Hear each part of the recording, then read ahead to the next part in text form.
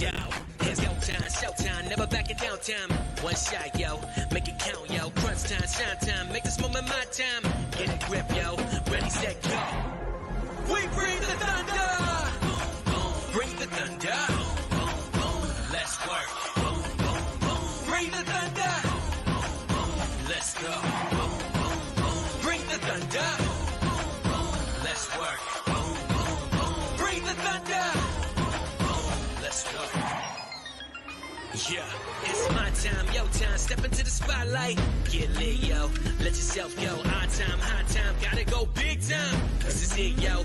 Never take no fight time. Grind time. Take it to the street time. Turn the roof off. Get loco. Game time, win time. We gon' bring it home time. No regrets now. Let it all go. We bring the thunder. Bring the thunder. Let's work. Bring the thunder. Well, good evening and welcome to Mountain Bears. I'm Aeson, and of course with me tonight is the Techie Cub with the most, Techie Joe. How are you, darling? I'm doing pretty well. How are you this evening? Oh, honey, we're battling through. You know, it has been a week from hell. For those that do not follow Joe directly on his Techie Joe site, Princess broke down. She is in the driveway. She needs to have a new heart. I.e. an engine. So, you know, it's going to be a power weekend, guys. We're going to be making it work. Yes. Yeah. And it's never too late to buy your Christmas gift vouchers for Aeson night services. Yes. Or book a reading. I have appointments available all weekend, guys. Oh, gosh. So, I don't know. I think people really think that most of the times we have it all together as psychics and, you know, personalities, and it's just like snap, snap. Oh, yeah, I did. No, we don't. We live through things and figure them out as we go along. We do. Yeah. We could also call this another update, and, you know, Aeson night drives me to the middle of nowhere and leaves me for dead. I haven't yet, and I can't drive you anywhere right now. No, I know. But no, I mean, I don't know. I've had to sit here and deal with this since the gut punch this morning that said your engine seized. Mm-hmm. And I have I deal with humor. Like that, or cheesecake. Unfortunately, I didn't have a car to go to the store to get the cheesecake, so you know, my waistline is safe. That's what I can mark safe during this event is my waistline is safe.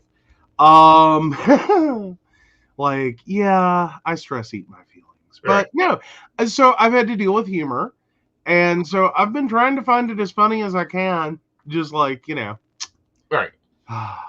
When it comes to tires and testicles, I just really have great luck. Hey, you lucked up on me. I know. But no, and again, we've kind of been through like a range of thoughts and feelings and ideas and yeah. So hey, Mika, in trying to like, okay, how do we zig? How do we zag? What are we doing now? Like, and we've come to the decision we're not making a decision until Monday.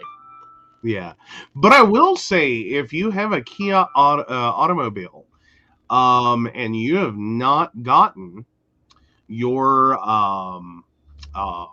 software update, please go do that.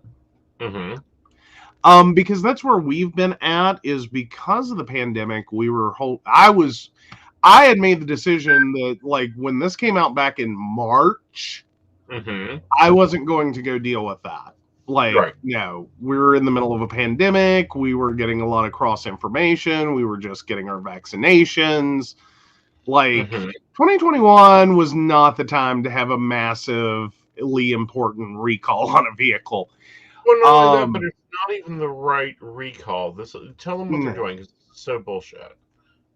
Well, it's effectively what it is in addition to there's a potential issue with Kia vehicles.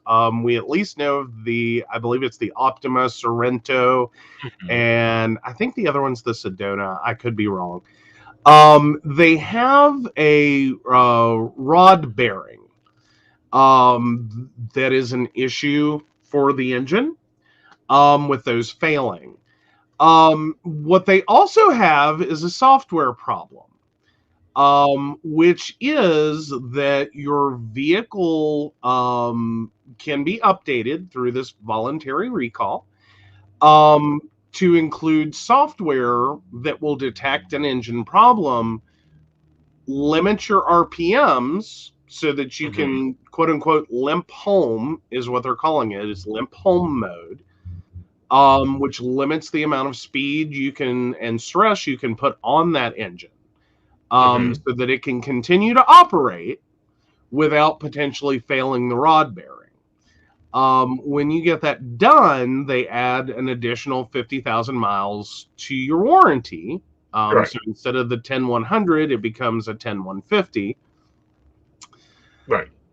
And so in doing so, while they're doing that update, they also do a check of your engine diagnostically. And if there are any wear-related issues, they go ahead and fix those. So smart maneuvering of the recall program by Kia. I have to give them credit on that. Like, pretty much what this accounts to for me is they know there's an issue. And instead of doing it as like an immediate mandatory recall that would basically be let's replace everyone's engine or replace those rod bearings, etc., and take a lot of accountability for any engine damage that's already been done, they're working it through a software update. And while they're in there, making sure, because sorry, you can't tell me that the computer software update takes 2 hours, 2 mechanic hours to do. Like, that should be pretty much plug your car in and run the update. Right. And if I'd caught that earlier on, I think I would have made different choices. Right. But I didn't get that. I'm like, okay, well, it's a software update and it takes a couple hours. The closest dealership to me isn't one that I trust because that was the one I didn't buy my car at. That was the one I actually walked out of because they were trying to sell me an older vehicle for more than what I ended up paying, and wouldn't budge. So, and not in a lesser vehicle at that, than what I ended up buying. So I don't trust that dealership. The one that I bought the car from, we started having a lot of issues with because literally every time you walk through the door, it was another $400. Right. Because it needs this and that and this other thing. And I'm like, it's a brand new fucking car. Right. Like, how much can it really need? Right. It's like, I get that you don't make a lot off of sales. You make your money off of service. I get that part, but you really expect every customer who walks through the door and buys a car that comes back for service to pay you $400 each visit. Yeah. Or most of their visits. That seems like if it had been like $100 worth of service or even $150 every time. Right. I would probably still be going and gnashing my teeth about it. Right. And just like, oh God, this is expensive every time. But at $400, it's no, I can't. Like, right. How? Like, if I wanted to spend that much money, I would have fucking leased it. Right. You know, and then have that, guys, because my maintenance would be covered. Because that's how that works. Right. Well, I've also learned that there apparently our insurance company has a insurance add-on called Mechanical Fix. Okay. That we will probably be adding onto it. Ah, so insurance for repairs? Yep. Nice. Yeah, it's really interesting when you take time and look at things and figure out what move to make. And I feel like that's something a lot of people don't do. No, well, and anymore with the expense of vehicles, and those repairs, it Right. is a bit. It Yeah. gets to be a bit much. Yeah. Like I don't try to cheap out on my cars necessarily, but there comes a point when it's like, good God, I wanted a car and I wanted to be able to go places. This wasn't supposed to cost me as much as rent. Right. Like, as in, if I'd financed a vehicle and I had a set payment, I understand that. Right. But like, this car was paid off when it drove off the lot. Right. I wasn't supposed to have a massive continuous every like 3 months or 3,000 mile payment. And that's what it became. And it's like, hi, that means that, that's a lot of money. Yeah. Like, that's a shit ton of money. And if I were making payments on it, oh my God. Yeah. At what point, like, that's the point when it would have been like, this is flipping ridiculous. Yeah. Like, like, how does anyone keep a car at that? Right. Like, you can't. Right. I talked to Kia customer service today, corporate customer service, to see, like, is there anything we can do? Right. Because I am, like, this far out of my 10-year 100,000. Like, Princess hit 106,000. Right. And it was a very and she died so princessly. She made a brief like squeal, like I thought the tires were like I thought traction control kicked on, because it was raining, and I looked down for the traction control light to figure out like, okay, what having that kind of moment, like I'm not going that fast, I'm not doing, and that's when I realized, no, my car's not even running. Right. And we seriously thought it was like a belt. Yeah. Like, that was our first thought, was, okay, it's probably a belt. It's probably going to be, no big deal. And, no. So that's our lives. That's our fun. That's where we've been at. And let me tell you, that's a gut punch when you start looking from, like, it's a belt. And, maybe it's going to be like $100 for, like, the belt and the labor, depending upon how difficult it is to put the belt on. Because the belts, typically, I try to keep that in mind, around $30 to $40, and then usually an hour of labor is what you work out to. Okay, so like $100 is what I was hoping for to hear this morning, and we jumped straight into like, well, it's going to be closer to like $1,500, $2,000 for an engine, plus like $1,200 or more in labor because it's an automatic and the engine seized, so you can't turn the flywheel. It's going to be a bit of a beast because you can't get it disconnected from the transmission without being able to turn the flywheel. Like, he's sitting here working through it with me, and I'm going, I follow. All right. But so yeah, if your engine won't crank, it's hard you can't turn the flywheel. It's fun. But anyway, and so like we're looking at like a $3,000 to $4,000 repair, and I'm just like, oh God. Right. Like, that escalated quickly. Right. So yeah, but no, I'm also sitting here going that, like, sort of like you have said at some points today, is like, it's like, maybe it's happening for a reason. Right. Like, and, it accelerates plans we already had. Right. Because we've been a one-car household for a while now. Yeah, and, while we love Princess, she doesn't fit all our needs. She can't be doubled. She can't be tripled. Yeah, she gets pulled in a lot of directions. Like, there are some days, like, dear God. Right. Like, she puts in a morning shift, and then she puts in like an afternoon shift, and then sometimes she works nights. Like, she gets a lot of use. Right. So it's a lot of sitting back and going, okay, all right, gotta take the wheel. And that's basically where I had about 3 o'clock today. It's like, all right, gotta stake the wheel. Show me what our next move is. Mm-hmm. And that's a thing I got from my grandmother, who pulled herself out of some situations, and it's like, I don't know how you done that. I don't know what you done. What happened? She dealt with a lot. And she always had a saying of, it'll happen for a reason. Just let it balance itself out. Things will happen. Mm-hmm. Mm-hmm. Well, it's kind of like I pointed out. This may be the reason that we end up keeping the car forever. Right. As in, like, if we were further down the road with the vehicle, age-wise, total age-wise, I might have a harder time being like, we need to fix it versus, okay, I think we need to trade it off. If we were a two-vehicle household, if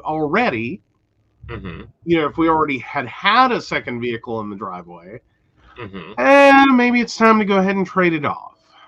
Right. Like, we use it as like a couple $1,000s against our down payment, because even though it's broken and it's going to take a massive fix, it still has value that exceeds the engine. Right. So it would be a push it, pull it, tow it kind of moment. Right. But like at 5 years, I'm just sitting here going, well, damn, the down payment on most like newer vehicles that we would want to, look at continuing being a one-car household with. Because then we're looking like, fuck, that's your down payment. Yeah. Like 6 of one, half a dozen of the other. Yeah. Like, so if we can go for a less expensive, which is what we finally talked out, like go less expensive, like total vehicle value in that like 5,000 range. Yeah. Down payment inexpensively get us to second car house, a 2-car household status in technicality and like paperwork, one of which does not run, and then wait a couple of months and build up some money to get the car fixed. Right. Then we become a 2-car household. We pay off that second car, and at that point we have a small trade-in on a newer vehicle, right? Like to go with some money, and then we can run that process, right? And so Princess, while decent and reliable, becomes the second car. We have a newer vehicle than Princess to be our daily driver that handles all the hard shit. Right. And I think ultimately gets us where we want to be. Right. And it's a road from one way to another, and it'll be okay. And, there's going to be some juggling and some kickassery going on. But, hey, we've dealt with worse. We've worked with worse. We've been able to pull out of worse. But I will say, as Shannon was talking about, and then another 110 for the diagnostic, I will say, of all my massive vehicle failures, because I've had many, this was the cheapest, easiest experience ever. Like, free roadside service, took it to the lot, or to the mechanic. Mechanic was Johnny on the spot this morning, getting us information and telling us where we were at. They charged $65 to diagnose it, $85 to tow it back here to the house, because we're like, we ain't leaving it sit on your lot. Because one, that's just annoying, and I know that's really problematic for car mechanics to have a, so to speak, a mini junkyard started outside the building. Plus, I don't like that idea of letting a car sit for a couple of months on a lot. Like, that's, I like it where I can look at it. and like, I'll take care of it. Thanks.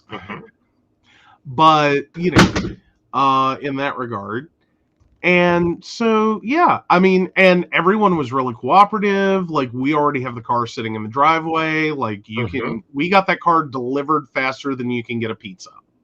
Right. Like, 30 minutes or less. Right. I was like, holy crap, this has been the easiest, cheapest, massive car moment I've ever had. Right. Like, so technically it all did work out it was cheap and easy. Well, yeah, technically it worked out as cheap and easy to begin with.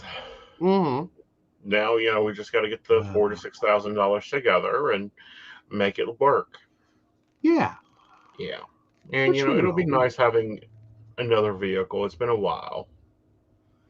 Hey, I'm going to take just a second here. Okay.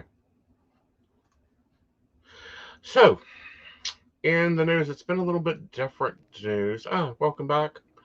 Yeah, sorry, my phone fell out of my pocket. Oh, is that what it was? Yeah, that was the big loud crash.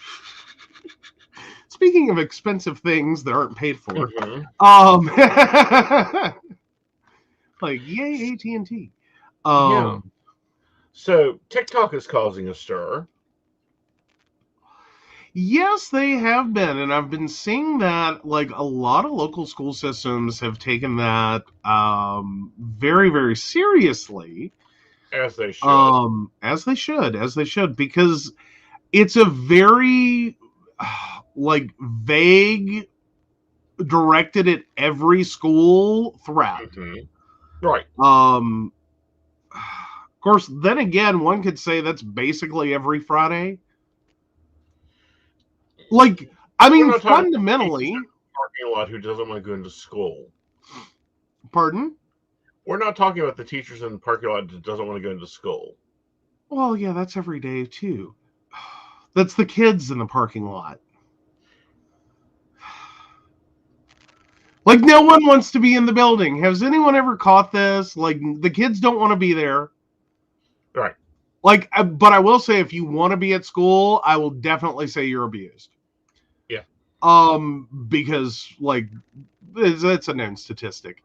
Kids that really want to be at school have a really shitty home life.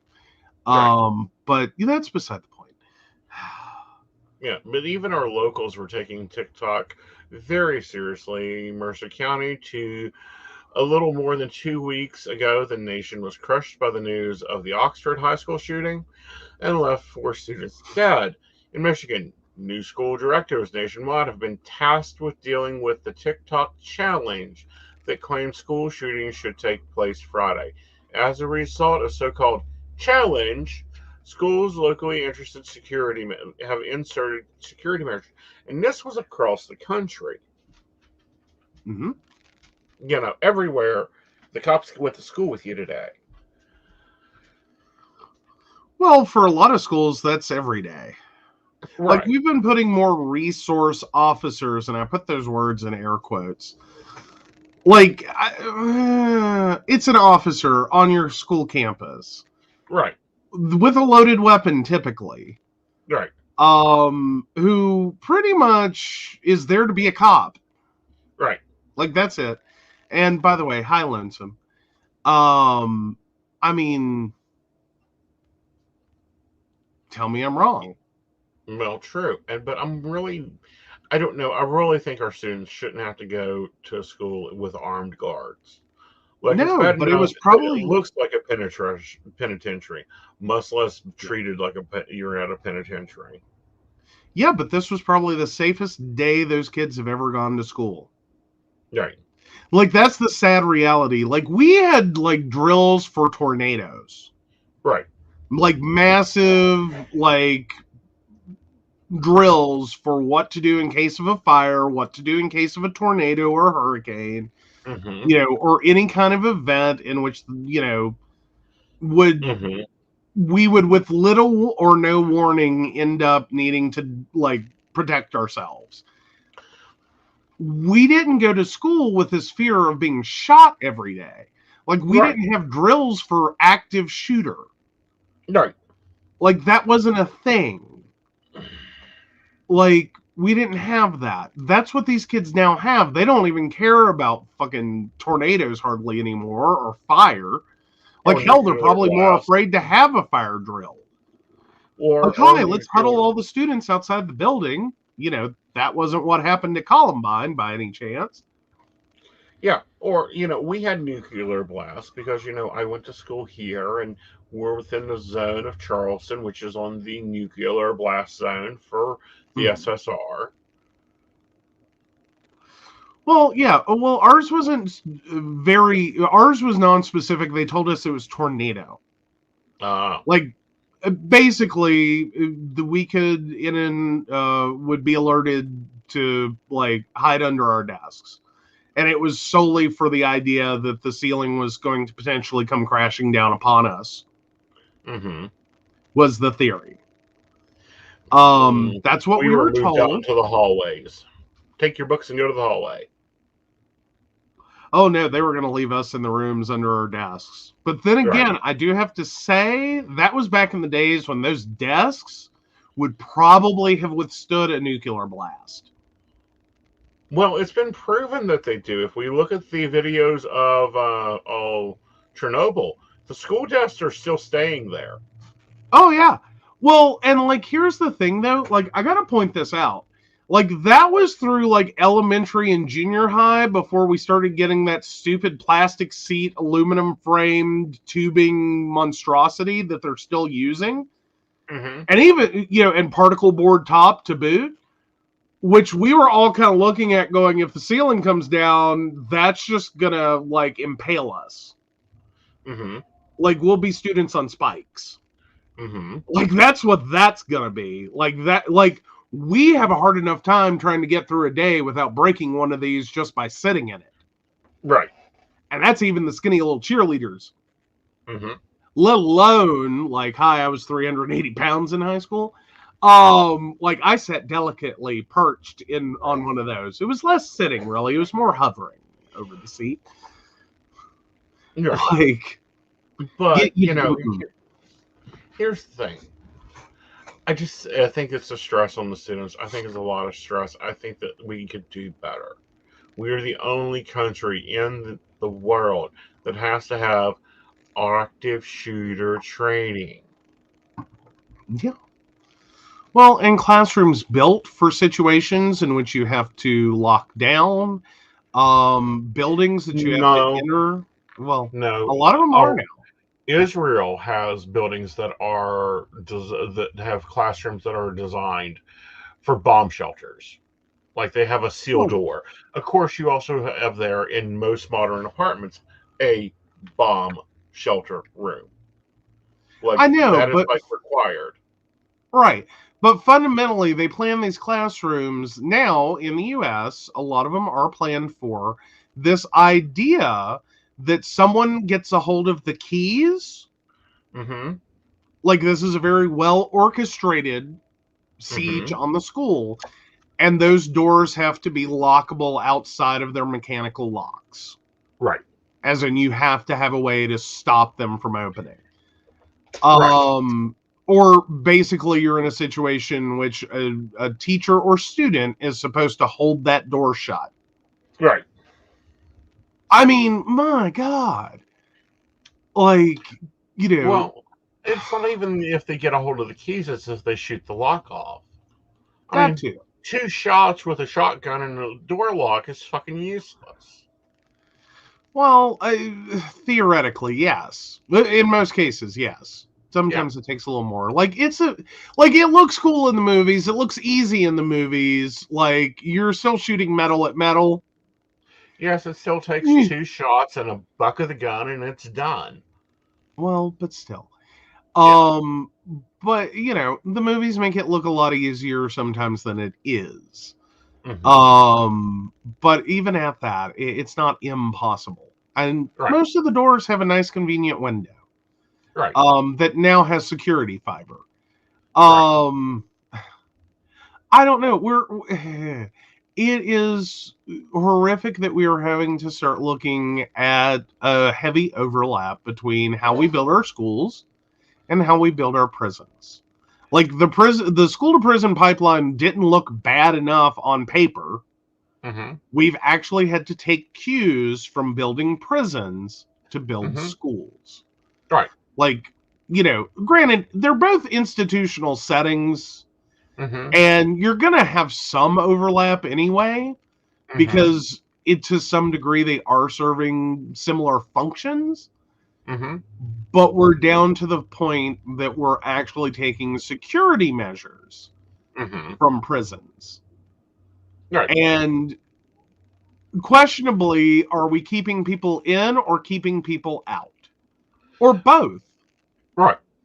Well, I think that we need to start having some serious conversations. As you know, I am for the Second Amendment, but I'm for reasonable Second Amendment. Yeah, I don't know. I think if kids could go to school and just learn, like, school's hard enough. Right. Like, school bullies and popularity contests and grades and college and all of this is stressful enough. That's already going to be there. That has been there for eons now of just this is school life. That's already hard enough. If a kid could just go to school, though, and only have to deal with that shit, like basically like what I went, like my school experience, fuck it. I could almost be like, fuck it, take the Second Amendment away. Like, I really could. Like, if that's what's going to stop this. Right. Like, I would trade that in a heartbeat. Right. But, here's the thing with this, and this thing that has always been, and then I want to look at this a different way, is when we didn't have assault rifles, we didn't have school shootings. That's a hard fact. We had a lazy Congress in 92, and we began having school shootings. Well, we were having school shootings. They were far less deadly. They were usually very limited in scope and actual threat. Right. Because again, I went to a high school that did have someone before I got there, a couple of years before, who did take, a couple of hostages. Right. With two weapons, one being I believe, a sawed-off shotgun, and the other being a rifle.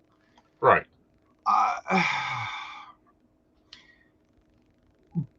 But the biggest threat were like to the two hostages he took, and the initial classroom that was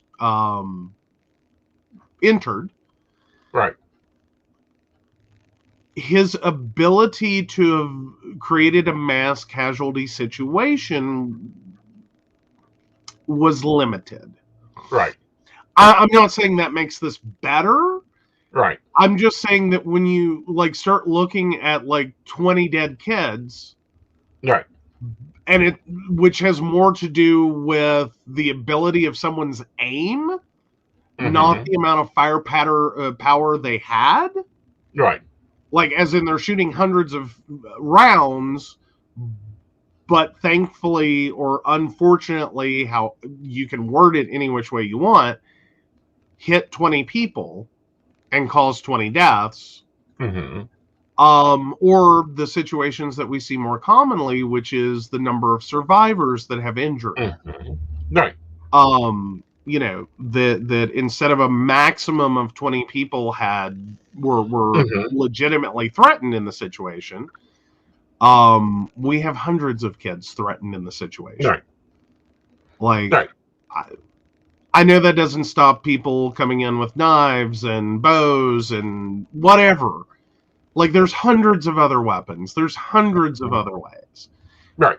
But generally speaking, they're a lot less dramatically, instantaneously, easily accessible and mass casualty causing. Right.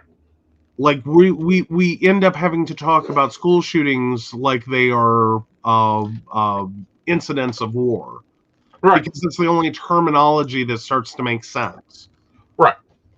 Like, that's not education. That's not school. That's not the idea. That wasn't the theory. Right. Like, prisons are safer. Fuck. How did that happen? Well, it happened over a lot of things. But what I find interesting is TikTok. The one thing that we, the beginning of this year, was not taking seriously. Like, I was like, whatever. It's another social media. Well, you got drug into TikTok because of witch talk and all the like baby witches that were like, let's fucking hex the fairies. And I'm like, oh, that's real good. Hex the berries. Yeah. You'll have a fucking flood in your living room. Let's curse the moon. As she laughs at you and flicks you off the planet. Like, yeah, that's where he ended up. And then, this is where we are, is we have credible threat, or a threat made on TikTok is being taken credibly all across the nation. Right. Like, and here's your sign that you're about how to protect yourself from a deranged shooter. Easy. Start making mental health care priority 1. Yes, there is very much that. But it's also actually, I mean, realistically, I don't know what you do to make a school safer. I mean, I think mental health care is very, very, very important. Like, I'm not saying it isn't.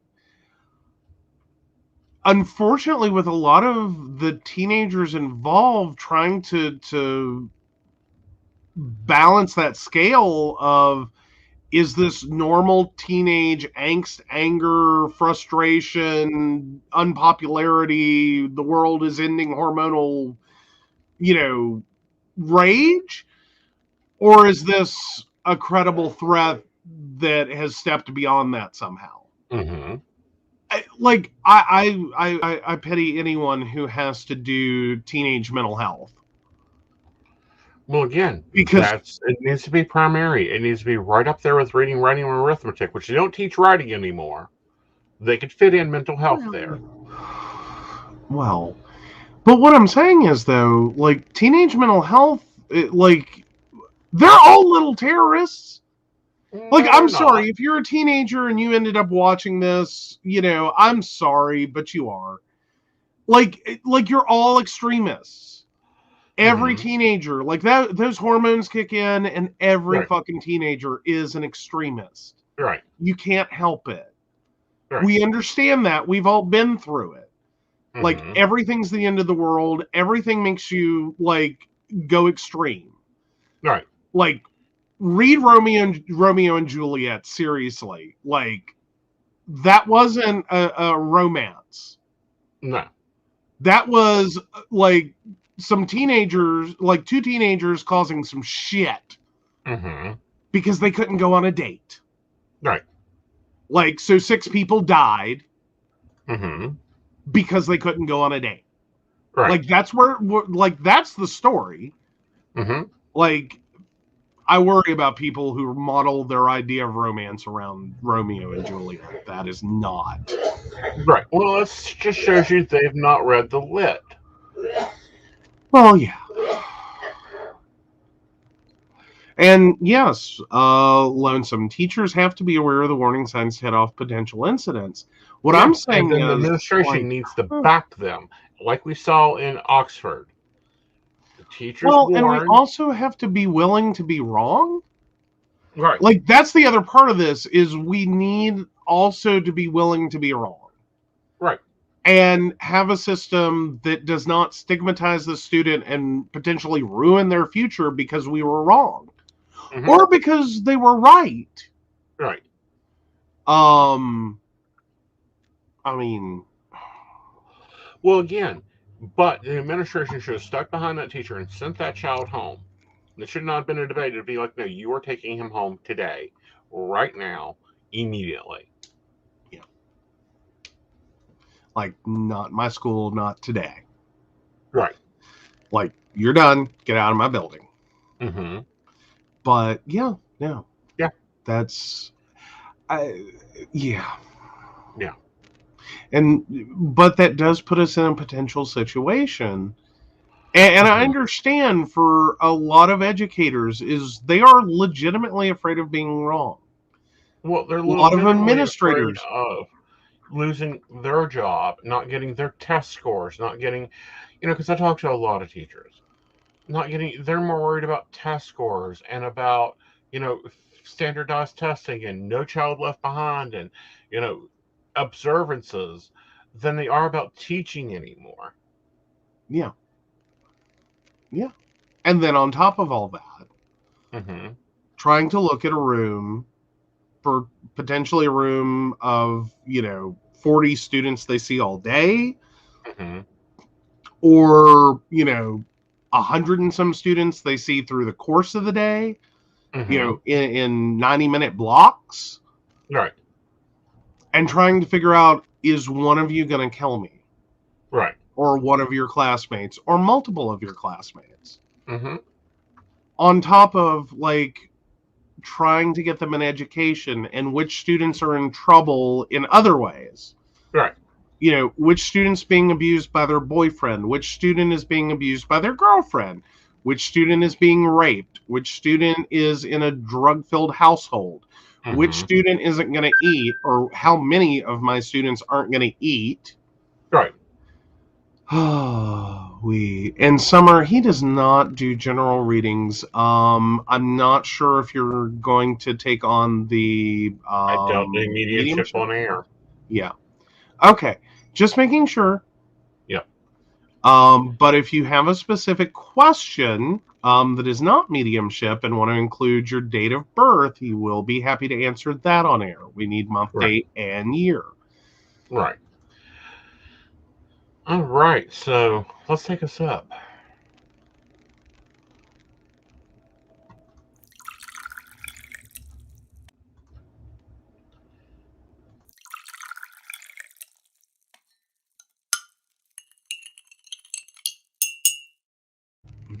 Okay. That sip took a bit. I bet the coffee was still warm. So Kim Porter, for those that do not remember, she's the ex-cop, described that chronic moment where she shot Danette Wright. Dante Wright. Dante Wright. I'm so sorry, is all she had to say on the stand. She'd been repeatedly trained in how to use a taser, how to tell a taser from a gun.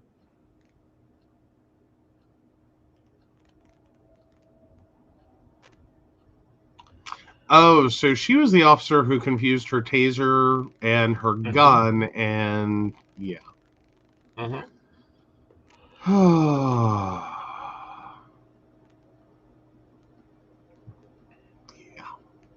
Yeah. I still have issues. I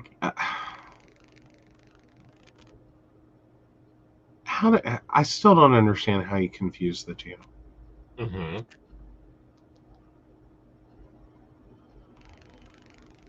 I don't either. I mean, they feel totally different. They look totally different. Their weight is totally different. And more importantly, most officers don't move those around on their belt. Your taser's on one side, your gun's on the other. Right. And your mace spray is on your hip. Yeah, why are we not you don't mace spray? This isn't a Pandora charm bracelet that, being played with by a teenage girl. No. Who rearranges all the beads and takes things off and puts them on and blah, blah, blah, blah, blah. Right. Oh.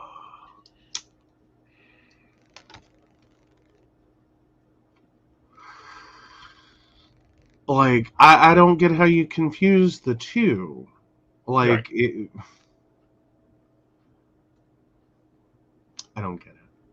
Right. But yeah.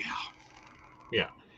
It's, and if the prosecutor is saying that she is reckless, that she wasn't, that she had training, that she had all this, Mm-hmm. How are you? Why was she still on the force? Yeah. Well, and it sounds like this is a very weird semi defense they're mounting is fundamentally that her training was bad. Right. As in that, weapons confusion can occur, but they didn't really drill home how, I'm going, I don't think many officers have that I think it happens. Rarely. You know what I mean? As in, I'm sure it does happen, but I don't think this has got to be the. I think it's more of an officer reacts to a situation and isn't thinking about what weapon they have. Mm-hmm. Or more importantly, that they probably should have drawn their taser and instead drew their gun, or vice versa. Right. Oh, Lonesome, yeah, she is emotionally unstable. She is, showing every signs of emotional instability. She is showing every signs of remorse. But at the same time, why was she on the force responding to this call if she was reckless? Well, yeah. And moreover, that's technically not even, I mean, that's sort of where the case is, but that's sort of not where the case is. Right. Fundamentally, this is, they're going for manslaughter, not murder. Right. So fundamentally, literally all they have to prove is that she killed him for no reason. Right. As in, there's no defense. Mm-hmm. And and what she's trying to testify here, and I find it very, very questionable that she had never deployed her taser or firearm while on duty, but that she had drew her taser maybe a few times. She testified that she received annual training on the taser and was informed that the dangerous weapon confusion. She then said it was not expanded on in training. Okay, I call bullshit on this. Yeah. Know a lot of officers, know a few great ones. They're in training every quarter for tasers. They're in training every 6 months for guns. They have to pass their weapons test every year in both to be still on the force. There is no way you do not know the difference between a taser. We'll use my phone for example, and to illustrate it a little bit better, a gun, by just picking them up. There's a definite weight difference. There's a feeling difference. One is metal, one is plastic, one has a grip, one is a block shot. Yeah. Well, and it's not that accidents don't happen, and there is, precedent that they're citing. Right. In which pilots, for instance, intend to do one thing and do something totally different. Right. As in, you intend to do one thing and you do something different. Right. I think we've all had that. I think we've all been that sleep deprived at some point in our lives. I think we've all just been having that kind of Monday. Right. But this is not a situation in which that, really needs to not occur. Right. In any possible way does this need to be possible. And the fact that your taser operates so much like a gun, right, and your gun operates so much like a taser, is probably a fundamental problem here. Right. That even though there's a weight difference, they operate fundamentally the same. Mm-hmm. They do, but they don't. Well, they do, but they don't. Right. So yeah, no, I have some issues with that. Right. But I think that's muddying the water a bit. Like, Right. fundamentally, I think she's going to end up being responsible. Right. I mean, she is, a blonde woman crying on the stand, and God knows if we haven't noticed,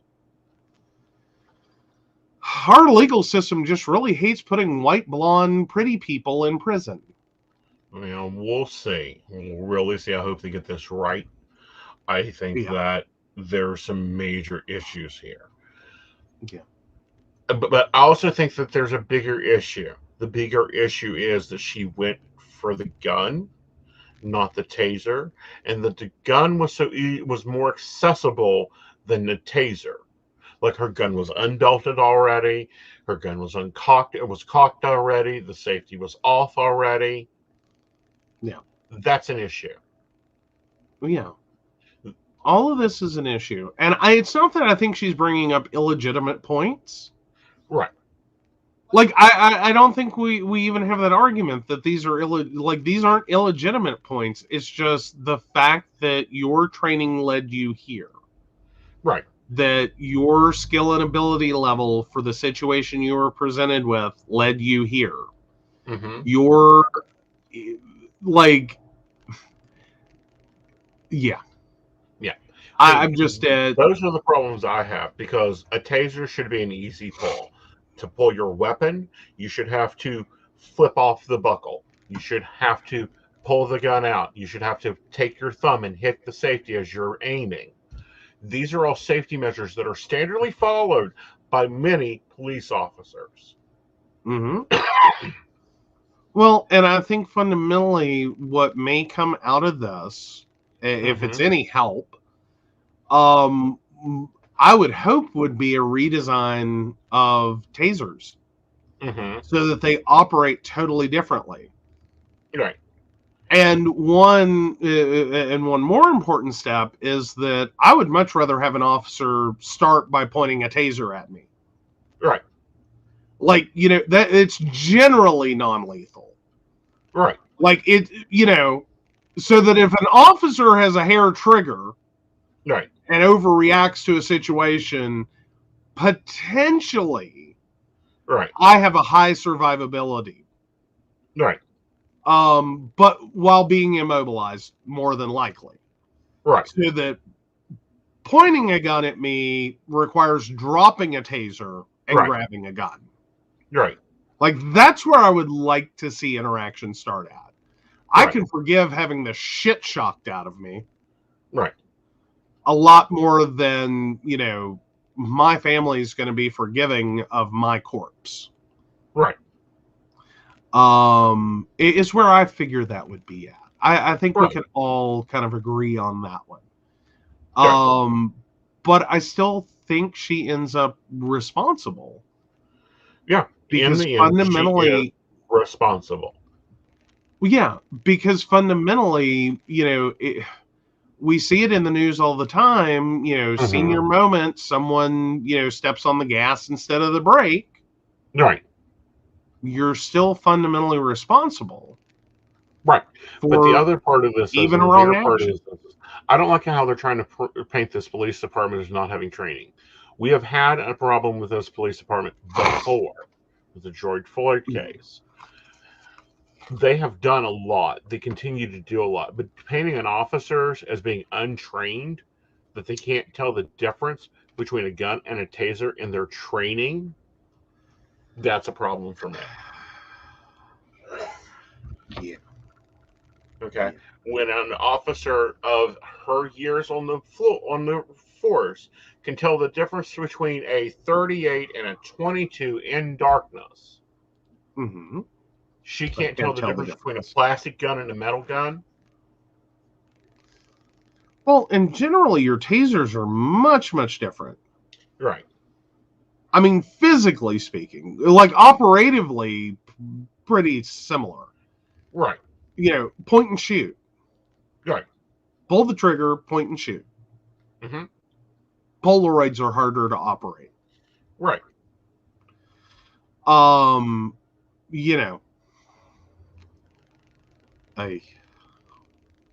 Yeah, but no, I have issues with her defense. I have issues with the police department in general in Minneapolis, but they were trying to do better. And I don't think all cops are bad. Do I think this one sucked? Yeah, I think this one sucked. I'd like to see her work review for the past 3 years. How many other incidents has she had? And Lonesome, I'm not sure if you had a question. If you had intended for him to answer a specific question, please feel free to pop that in. I'm not seeing it. Right. But yeah. Oh, So, but no, again, it's like, oh, all officers aren't bad, but the ones that are making the news are bad most of the time. Yeah. Well, and if it, like, here's where I have to go, though, is if they are that poorly trained. Mm-hmm. Oh, my God. Yeah. Like, I'm worried enough, status of life in the U.S. and West Virginia, even. I'm worried enough about some of the fucking militias, and put those words in air quotes, that are, gathering together as Proud Boys and this group and that group and this other group, and basically they love guns, beers, and everything else, and like being stupid apparently. But I worry enough about that. But like, if that group has better training than our law enforcement, I'm worried about this. Holy shit. Let me take it down a little bit deeper. If the Pink Pistols and most drag queens in America have better training than our law enforcement, we're in trouble. I don't know. Maybe we need more chapters of Pink Pistols to then go into law enforcement, and then our police force could be fabulous. We'd have to redo the uniforms, because I'm sorry, West Virginia green uniforms are terrible. Not featuring anybody. Yeah. I do like the new blue ones though; those look nice. But literally, when it's gotten to that point, that groups that were started for self-defense, groups that were started to assert their need to be paramilitary, groups that are literally just carry a gun for their own personal safety and a taser for their own personal protection, there's a difference. Yeah. That have more training, that's scary. Yeah. Which is basically what you have to agree to follow her defense. Mm-hmm.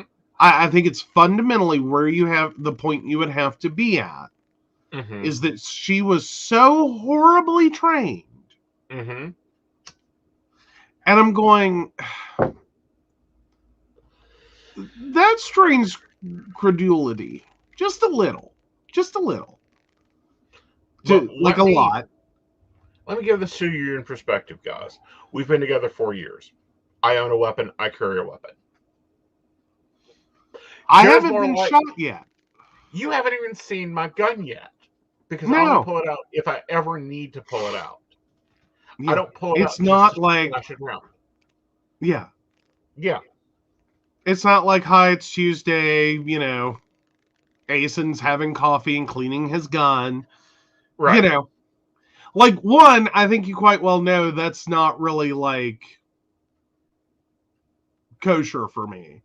No. I don't calmly do biscuits and gun cleaning. You can't do biscuits and gun cleaning because the dough really fucks up your firing pin. Exactly, right?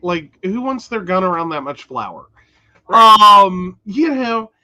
Not to make light of it, but you also are not in fear of every time I reach into my purse to put my lipstick on that I'm going to blow your head off. That's her damn defense. Yeah. Hi. Yeah, that's where I'm struggling with this one. Is it's a really kind of defense. Like, I'm not saying the defense isn't going to work. I'm not going to say it isn't going to shave a few years off her sentence. I'm just going, though, if we go with that, right? Like, that's a moment you got to sit there and go, if that is 100% true, that's really scary. That's very scary. That's as much weapons training and familiarity and comfort that those officers have. Is, sorry, you're only as good as your worst officer. Right. Like, and all industries suffer that. Like, a bakery is only as good as its worst baker. Because at the end of the day, they're still making cookies, cakes, and everything else that goes in that display case. Right. It doesn't matter if you have the world's best baker on staff and your case sometimes looks beautiful. If you have, fucking Claudette come in and she bakes like misshapen gingerbread men that look more like, a penis and testicles. What you fundamentally get known for is the gingerbread penis and testicle shop. Like, agreed. But at the same time, I'm looking at this, knowing the regs that officers go through, knowing the training they go through, knowing the stress they go through, knowing the stress training they go through. And most of them are paramilitary, meaning they're former military. So that means they get trained to take that weapon apart, put it back together blindfolded. This is bullshit. And fundamentally, they'll only be remembered as being as good as this officer. Right. Like, it doesn't matter at this point whether any of the other officers on that force even needed the training they offer. Right. Because they have been better trained elsewhere. Right. They were only ever as good as her. Right. And my whole question is, why was she on the force? If that's as bad as her training was, then why was she on the force? Yeah. Yeah. Because police officers normally go into this business, go into their profession to help their community, to grow their community, to protect and serve their community. Why was she on this force if she didn't know how to do something? Well, and the better thing there to point out is the whole reason that she left 2 days after the shooting was to protect her community. Yeah. Like, how screwed up is that? Well, it takes this it took this incident to drive home how shitty, supposedly, if you follow all this, to drive home to her how shitty of an officer she was. And then the best thing she could do or think of to protect her community was to protect them from her. Well, see, I don't buy that story. And here's why I don't buy that story. Because she quit the force. So therefore, she still gets pension. Yeah. She wasn't fired from the force, which she would lose her pension over. That is the part that they're not talking about. Yeah. That's the part that the she's not talking over. Well, but the nice spin on it is she quit the force to protect the community. And I'm sorry, if no one's screaming bullshit at that, right? That's the narrative. That's the story. And I'm going, if that's the best thing you can sit there and think to do, to protect your community is for you to no longer be an officer. What? Right. Where was that before this happened? Where was this when you were sitting there going through this training? And I don't know. Am I the only person that's ever gone through training and went, well, that was crap? And no, I'm not prepared to do this. Right. No, I don't know what I'm doing. Yes, I'm going to be figuring out a lot as I go. Like, I've had that at McDonald's. Right. Like, sorry, Greensboro, North Carolina, if in 2000 you got, like, food poisoning or incorrect change, more importantly, when I was working at McDonald's, I apologize. Right. It was a rough couple of days before I got my shit together because my training wasn't so great. Okay. Right. There were 4 managers, only 3 of them spoke English, and I was working with the one that didn't. Right. I had to figure it out. Right. So, I do what I can. But I think I would have had my own, like, check yourself before you wreck yourself moment. If I am on a police force, expected not just to sit at a desk and type reports, and maybe in some god-awful scenario, like, this isn't like 1970s policing and, like, she was what would be referred to as a diversity hire, and they park her ass at a desk and go type reports, officer. This wasn't the deal. Like, she knew what she was doing in terms of her job. To then turn around at this point and say she was so inadequately trained. Right. I'm just sitting here going, didn't you realize that somewhere in the process? Well, not only that, but why don't you go for more training? Like every one of us in any other profession. If we don't have enough training on something, we go get training. We take a class. We go for a master's degree. We get another master's degree. Oh, yeah, that's what happens to me when, I have now 5 master's degrees in metaphysics. And a whole other wall of other shit. Well, and granted, I've seen people get cocky in my profession and go try to do something they don't understand and go, well, I'll figure it out. And believe me, I've seen that professionally, and shit happens, and it can get ugly and expensive, and I've seen some bullshit pulled to get clients to pay for it. Right. I generally go, like, you will get told up front, I don't know what I'm doing. Right. I'm going to play around. We're going to hope nothing goes badly. But if it does, I'll take responsibility to the best of my ability. But here's your warning. Right. If I continue this, I'm in uncharted territory and I do not know what I'm doing. Right. There's a possibility we fix it. There's a possibility we make things worse. Right. And here's what I would advise given your situation. Right. Again, I've seen other professionals in my industry that are like, fuck it, I'll figure it out. And, client data be damned. And then client data gets damned. And they can spin a yarn. Yeah. That's not an optimal situation to me, and that's not how I prefer to do business. But basically what we're hearing is this is how this officer acted. Right. Is like, it'll all be all right. It doesn't really matter. It's not really important. Like, no, quite important. You are, out there on the streets. Given the opportunity. I agree with you, but I think it needs to even be better than that. The comment is, a police officer should be as comfortable with their gun and taser safety as getting into an automobile and driving responsibly. I have rode in the passenger seat with a few cops, and I've teased from them. I want them to be more comfortable than they are putting on their uniform. That's the level of comfort. Yeah. Yeah,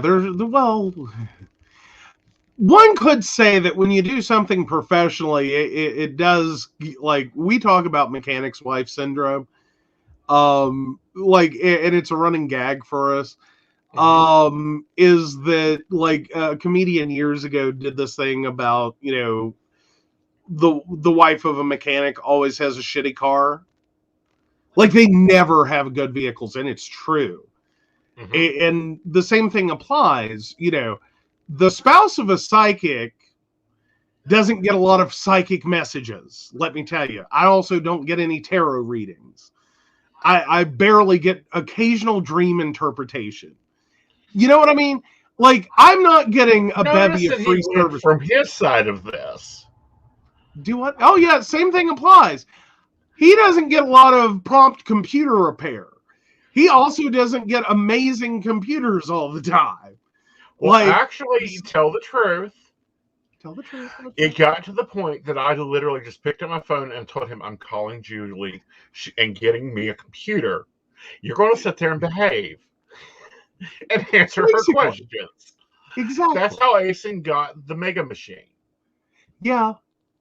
Because here's the IT thing, or like the IT side of it. I can fix his computer. He just can't wait for it. And that's legitimate. Professionally, he can't wait for me to fix his computer. No. But because he's my spouse and he loves me, he's gonna get over it. Is my theory. Yeah. Because it took me 9 months to get back my bat tablet. 9 months, and he lost the charger. He had it so long, he forgot where he put the charger. Well, yeah, but my clients got their shit really quickly. Yeah. Like, that's how it works out. It's the same thing. Like, you see it with mechanics. Their stuff they will put up with because they know what's wrong. It's not really that big a deal, and they can fix it when it breaks. So, go drive it for another 100 miles. It'll be fine. Mm-hmm. Like, what you worrying about? So you get a little cocky sometimes professionally because you know what it is. You know what the problem is. You know you can fix it. You know you can handle it when it breaks. It's no big deal, but you don't get very proactive. Mm-hmm. It's like, bring it to me when it breaks. And I'll get to it. You got another computer. Well, thank you, Lonesome. I'm glad you subscribed and we'll join again. Yes, you have a great evening. You have a great evening. We enjoy talking with you. Yeah. But guys, really and truly, it's to that point. But that's why I don't let policemen drive me. I'll drive myself. Thank you very much. You can ride in the passenger seat. You drive all day, dear. You can drive me to the store. I'll drive. Anyhow, we don't need lights and sirens to get donuts. People will talk. Yeah. So anyhow, let's take a sip.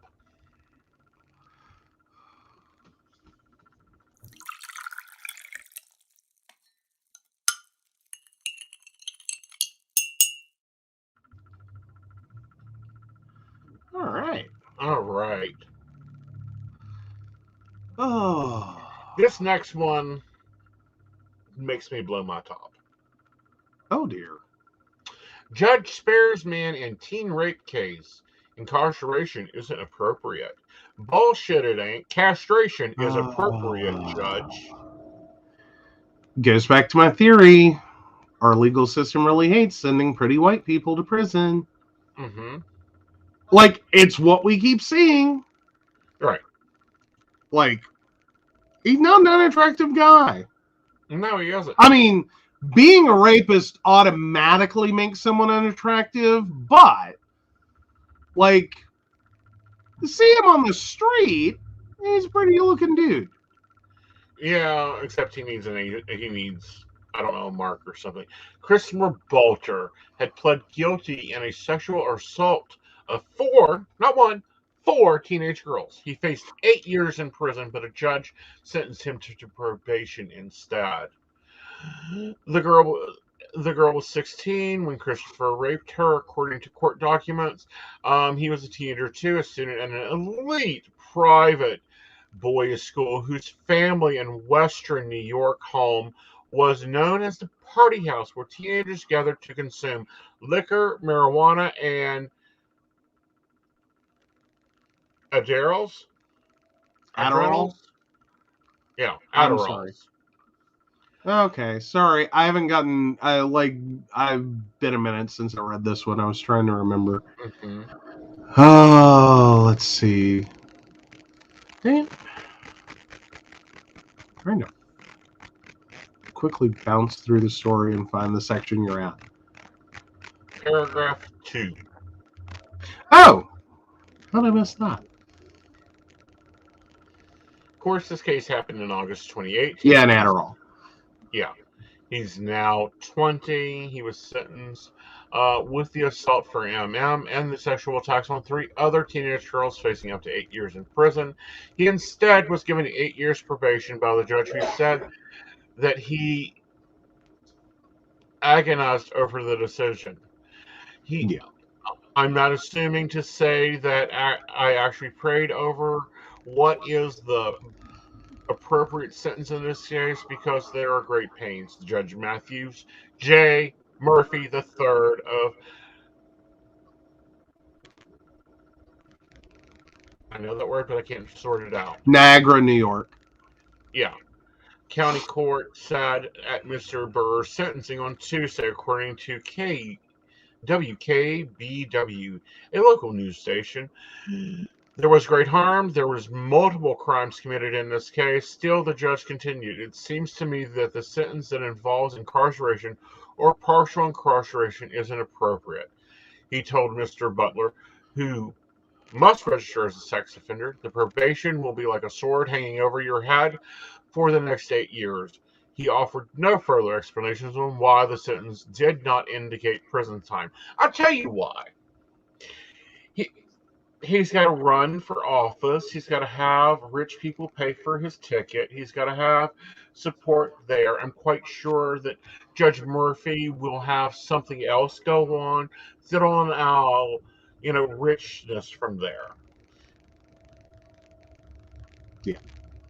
Yeah. So, meanwhile, Belter's father, also named Christopher, is divorced from the defendant's mother, and is a senior partner at Goldberg Segala, a large law firm where, according to the American Lawyer magazine, some partners earn up to $1 million a year. Mm-hmm.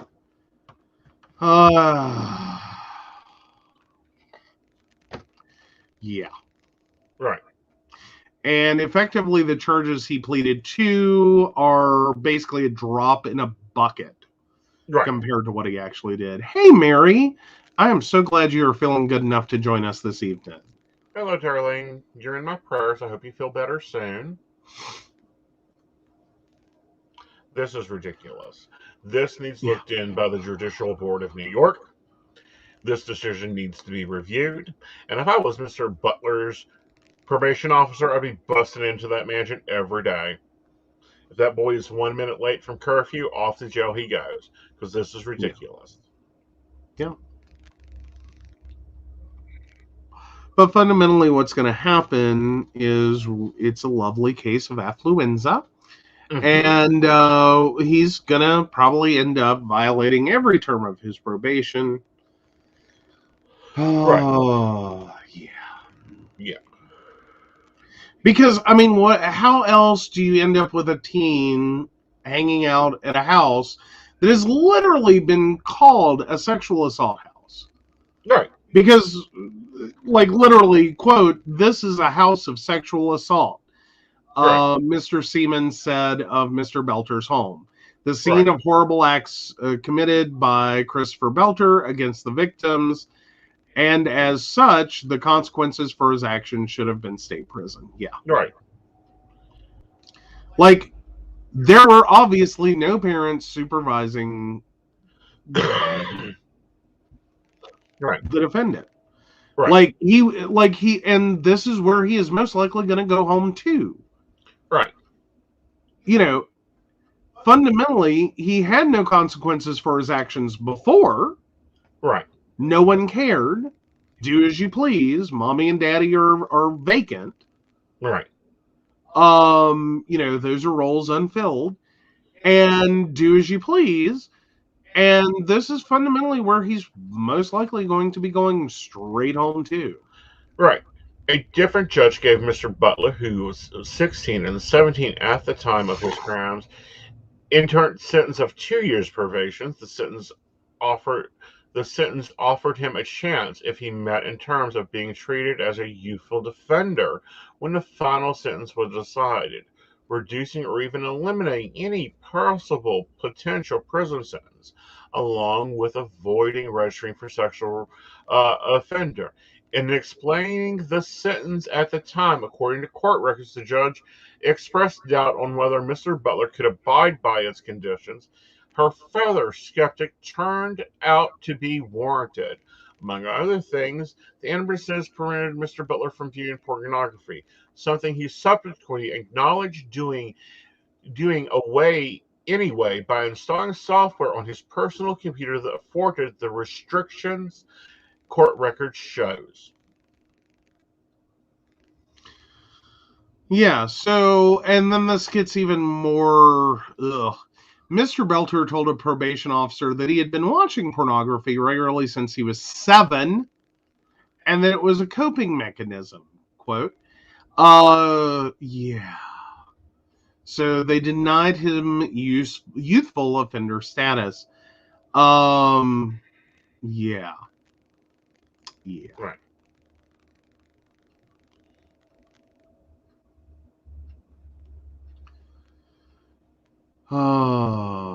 But even citing that, he's still got 8 years of probation.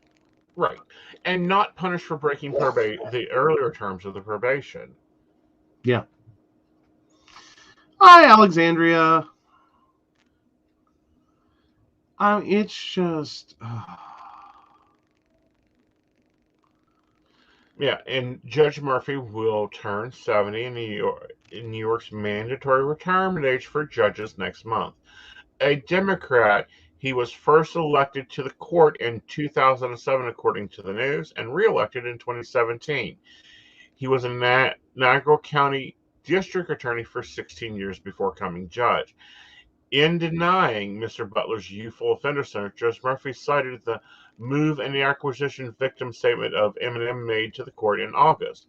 The newspaper reported the hearing. The judge ordered local news outlets not to publish Mr. Butler's name, despite it being a matter of public record, being held widely published already. And so, like, basically what he is saying in that is, if you're to believe what he's saying, that you know, part of this sentence was because of her moving and eloquent statements. Right. Potentially, he could have gotten less. Right. Like, sit with that for a minute. What the hell? Like, this is already not even a slap on the wrist. Right. And trying to protect the defendant from having a news article associated with him and the charges. Right. And the sentencing. Right. But then turning around and, you know, you're alluding to, you were, until the victim spoke, all that particularly moved to be all that harsh. Right. Quote, all that harsh. 8 years probation is not harsh. No. I mean, not in this situation, not given what is so much looking like there is going to be absolutely zero ability to meaningfully force that probation and consequences in any violation thereof. Right, because they've already not violated him for multiple violations of his first parole for the other 2 cases. Well, first probation. Right. Yeah. Which theoretically isn't all that uncommon. It can be discretionary.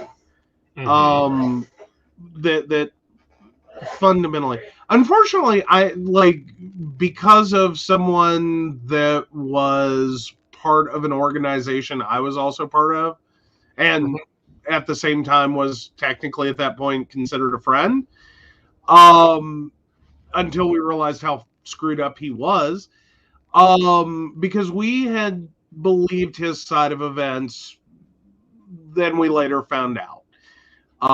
Some people are very convincing. But he had multiple violations of his probation. Right. And in that situation, despite being on probation, generally speaking, not every violation throws you back in court and potentially back in jail at a judge's discretion. Often it's okay, you fucked up, now how do we fix it? Right. Like, don't do that again. Right. Like, you get some freebies before we're gonna violate you. Right. Because it's theoretically not supposed to be, you know, on one hand, it is very much an important part of it because most probation officers know the consequences or feel that they do. It's generally seen as a discretionary system. Right. As in, you know, you could potentially lock someone up for years for even yes, it's a technical violation, but no, you know, like if someone is late. Right. And although there's a valid reason, you could theoretically violate them. They go back in front of a judge who's a hard ass. Hard ass judge throws them back in prison or throws them in prison for that technical violation. Right. That may be totally have been either out of their control, a software glitch, a mistake.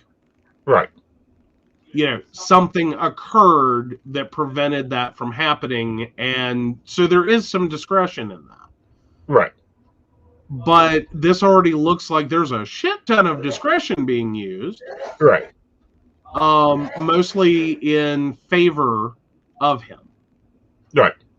And it's starting to strain the ability of one's mind not to think someone's getting bribed. Exactly. Like, someone's being, you know, feeling very pressured to look the other way. Exactly. A lot of people, actually. Yeah, a lot of people. You have two probation officers at least. You have a prosecuting attorney. You have at least one judge. And now it needs to be a judicial panel review. Yeah. Which is what happens when judges are bad. They get sent to judicial review. All right, guys. Let's take a sip.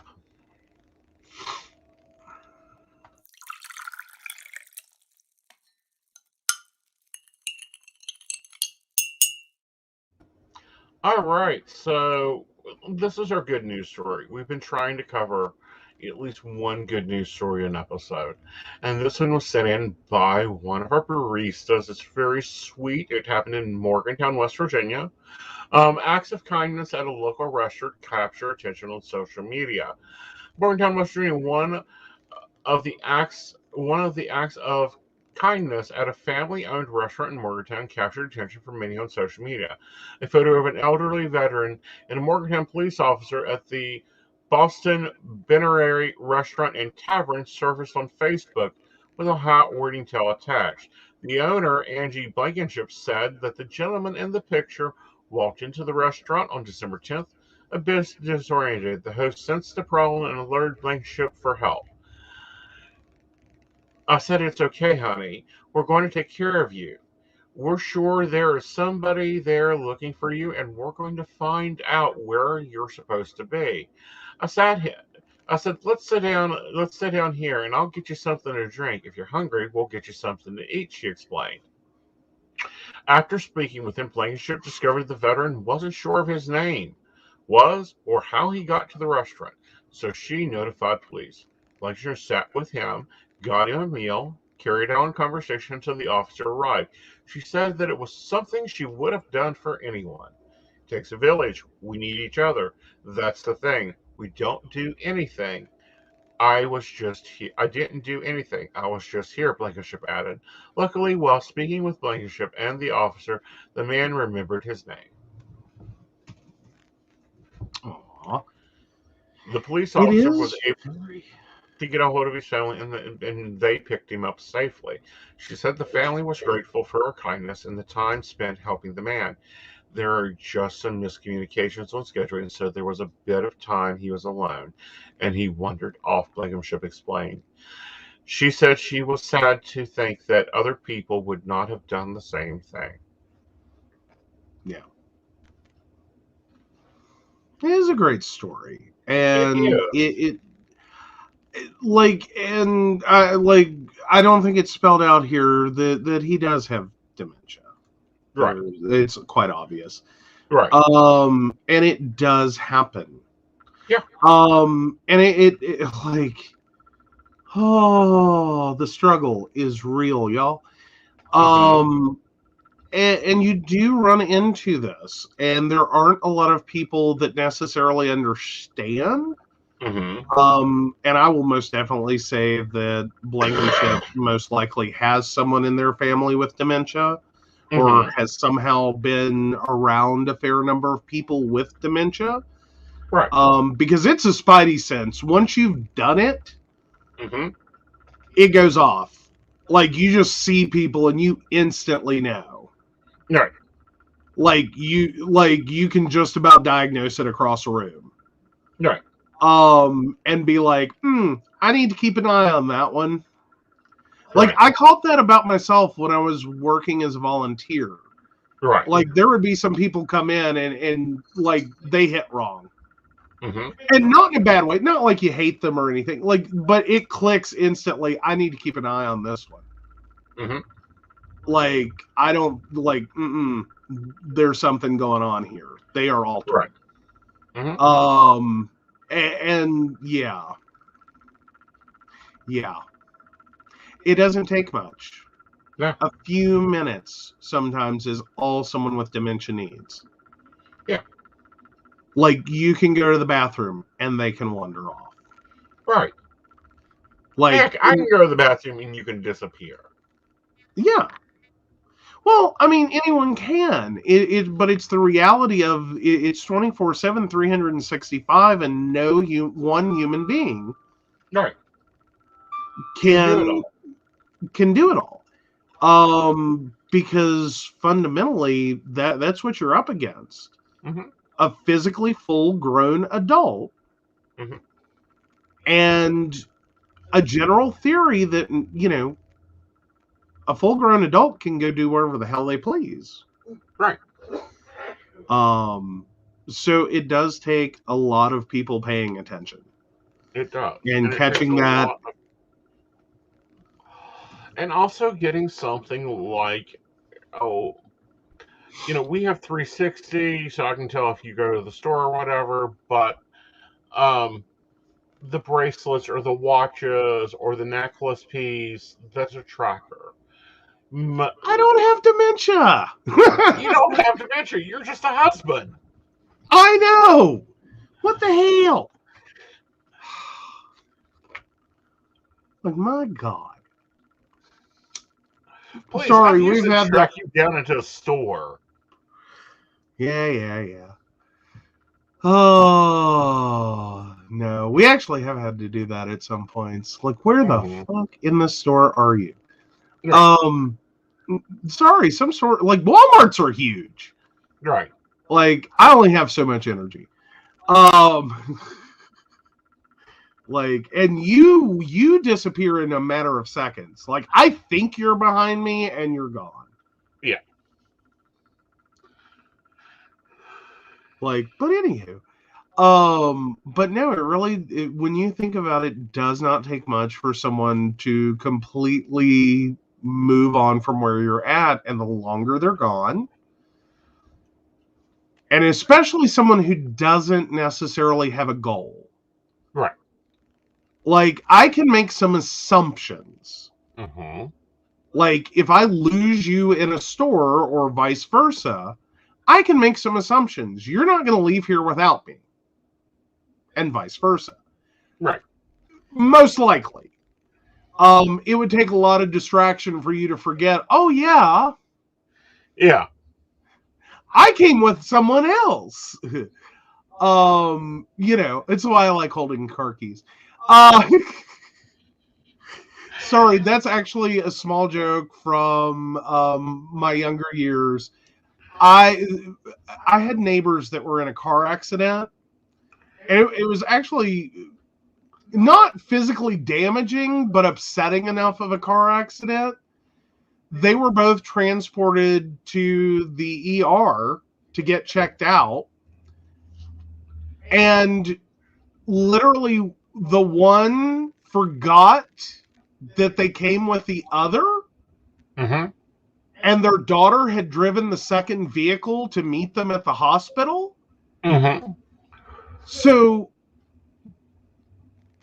the poor woman in this relationship got discharged from the hospital with a bit of a concussion.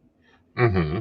Walked out to the parking lot, found her car, right, got in it, and drove home. Right.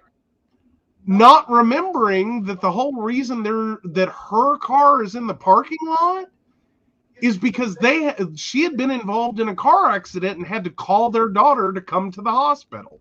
Right.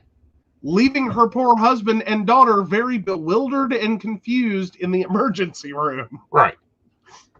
Of where the hell did you go? And she's like, I went home. Like totally forgot. So yeah, no, it's funny, but at the same time, that's got to be a moment. Right. Like, oh my God. Like, no. But it happens. Right. And that's even with people who don't have dementia. Right. So, yeah. Oh, but it is good news. I really appreciate that the owner of the restaurant was kind and got this guy in touch with all the right people and got him home safely. Mm-hmm. It really is the best case scenario you hope for with dementia. It is. It is. Like, all right, guys. It's been a great show. We've done really well. It was nice seeing you guys, talking with you guys. It's been some hard stories. We will be back Tuesday with some stuff. But, there's a group of people that make this show possible, and that's our baristas. You can join our team. We're better than Starbucks. We already listen to you.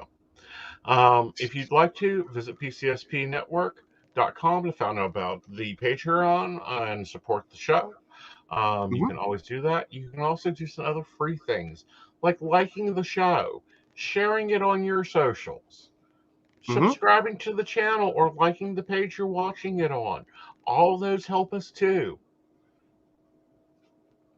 And we even spell your name correctly. But we do want to thank Beverly Walker, Mika G, Kathy, Mary Winfield, Brenda Bryant, Ashley Giss, Shannon C, Shannon D, the ever wonderful Lady Gwendolyn, and Charles Shaw.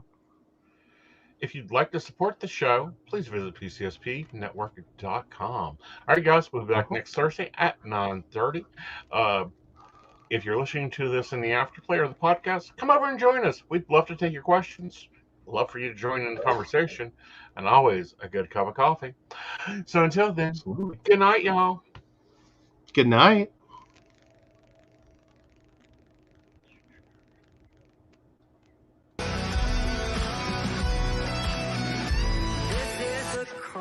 Before the storm, you know what's coming, so be warned.